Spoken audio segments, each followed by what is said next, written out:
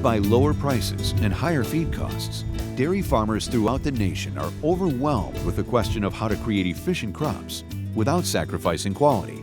As a producer, you have to make sure that you're able to operate in an economically efficient way and be profitable. That's the end goal for all business. In the dairy industry, feed costs are the highest percentage of all your input costs. So dairy producers have to work hard to make sure they balance their input costs on the feed side while not sacrificing milk quality or total production. Beets are a high-value feed alternative that can increase feed quality and positively impact operating margins. Feed beets are selected for their high dry matter and pest and disease tolerance so that the growers that produce them and feed them have a crop that is economical for them to produce. With feed beets, they're able to bring in a crop that is very versatile in what they can use in their ration. It can substitute many different things and works well within the ration to help them manage that margin and keep their feed costs as low as possible while still maximizing the output from their dairy. The other advantage with feed beets in regards to this is that they're a non-maturing crop. So on the crop production side, you don't have to have as big a concern or risk at certain times of year. Many of the other crops, you either have to have moisture or heat at the right time or not have too much. With beets being non-maturing, this isn't an issue. They're able to weather through some really tough situations, whether it's water shortages, high temperatures. They're really hardy in that manner.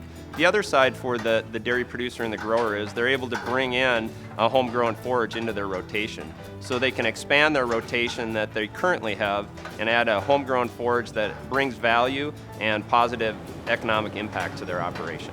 Beets are a fantastic feed for dairy cows. They provide a great amount of energy in the sugar and some fiber that is very digestible, so it's almost like the perfect feed. You can't feed 100% of it, but you try to feed as much as you can of it. And the leap ahead is the efficiency of the way we grow beets. Beets are more cost-effective per dry ton and per ton than growing in corn silage. When you look at feed beets compared to other forage and grain crops, one of the big advantages they bring is they're highly digestible. Beets are 90% digestible, which is the highest level of any natural feed crops that are produced or grown. Beta Seed, the leading sugar beet brand for growers throughout North America, has conducted research and introduced beets to dairy producers in select markets across the U.S. Beta Seed is the industry leader in sugar beet seed production and sales, as well as research and development in the United States. And through this research and development, we have developed feed beets for dairy feed. Beta Seed prides itself in being able to provide the grower varieties that meet his needs in his specific region, because not all regions are the same across the U.S. and there are different diseases and insects issues. And Beta Seed does extensive research and testing to determine which varieties will perform the best in those particular areas to provide the best disease tolerance as well as yield potential.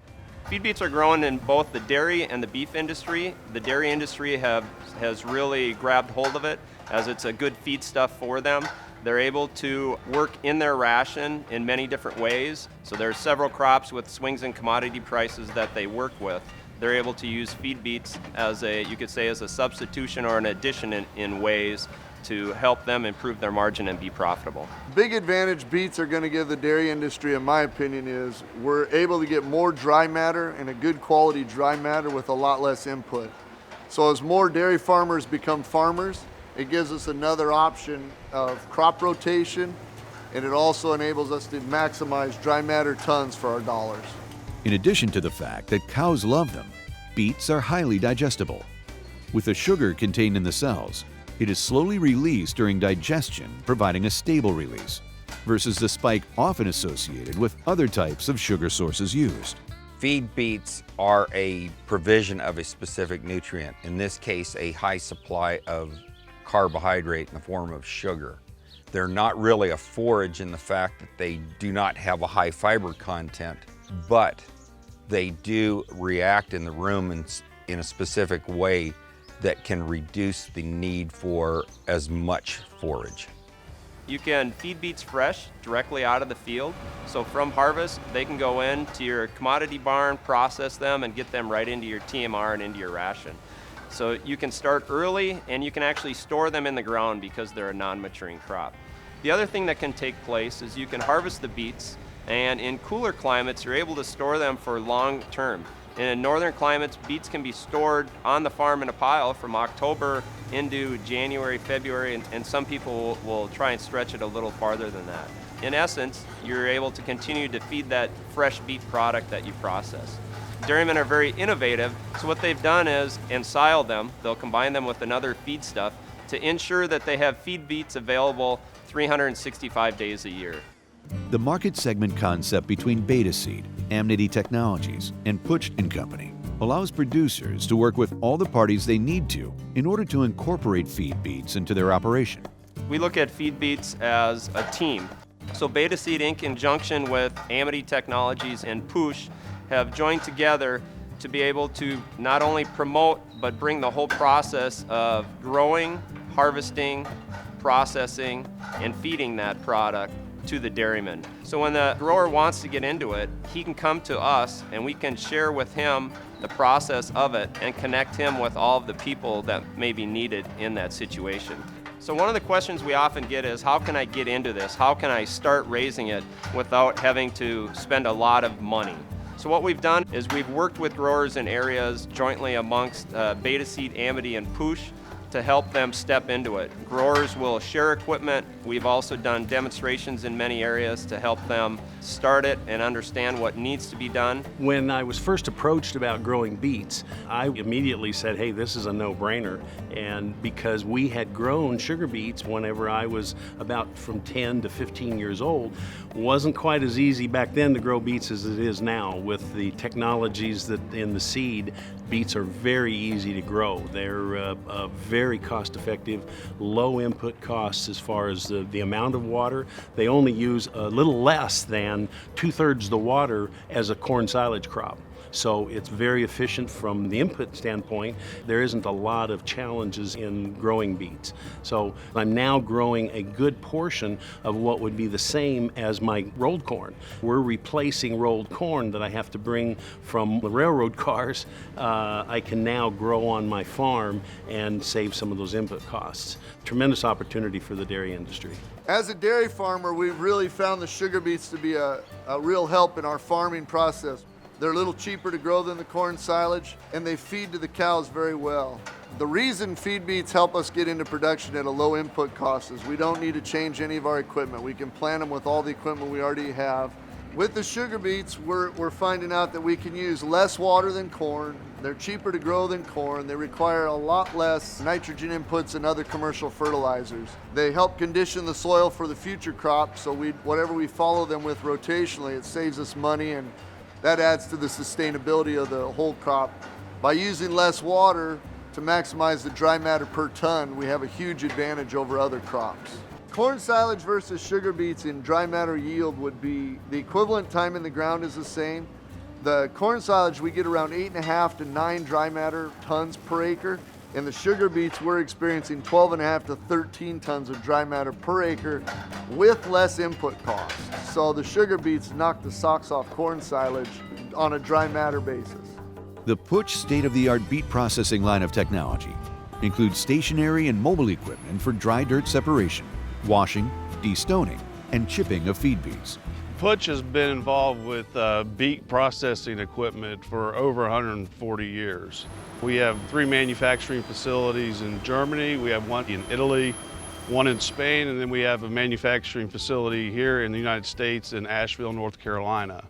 All the equipment for the feed beet industry is manufactured here in the United States, and we can ship anywhere in North America.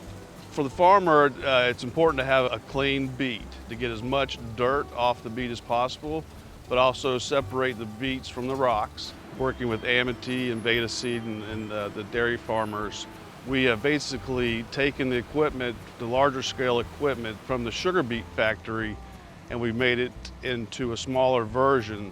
It can either be a mobile unit or a stationary unit, but basically they're performing the same function as would a sugar beet factory. These smaller units, they process about anywhere from 80 to 100 tons of beets per hour. The sugar beet is a root vegetable. When it's harvested, it brings in a lot of rocks and dirt. So our Beet Master not only washes the beets, but it also separates the rocks and the stones for the beets. So it cleans them. That's our separation technology. Once the beets go through our Beet Master, they go into our master chipper. Now they're a clean beet, all the stones and the gravel have been separated, and so they can be chipped more easily. From harvest to washing the beets, destoning the beets, and chipping the beets, which provides a perfect chipping end product to the farmer. This machine, we call it the Chip Master, and that was basically, we recognized there was a demand for less handling of the beets, and this is payloader driven by the hydraulic of the payloader, and this particular bucket can basically hold 2.5 tons of beets at once, and it probably takes 2 minutes to chip them into perfectly sized chips. This also has a unique feature which senses when there's a rock at the cutting drum. This counter knife, we call it, opens up and passes the rock, and as soon as the rock is passed, it goes back to the operational position. So it really allows the farmer to process beets with rocks, where the common way is separating rocks with water. This is a lot more cost-effective solution for the farmer. And then every farmer has a payloader, so it just naturally makes sense to use this type of equipment. Because their machines are highly adaptable, Amnity Technologies beet harvesters can harvest beets with leaves attached, just as good as when defoliated. There are two different ways our machines can work. One is to defoliate the beets prior to harvesting, which takes place mostly in wetter conditions.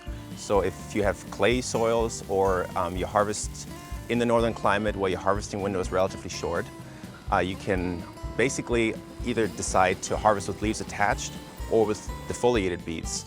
The defoliated beets, so knocking the entire foliage off with a separate machine, guarantees that you have a very low dirt percentage in the tank, so in the feed.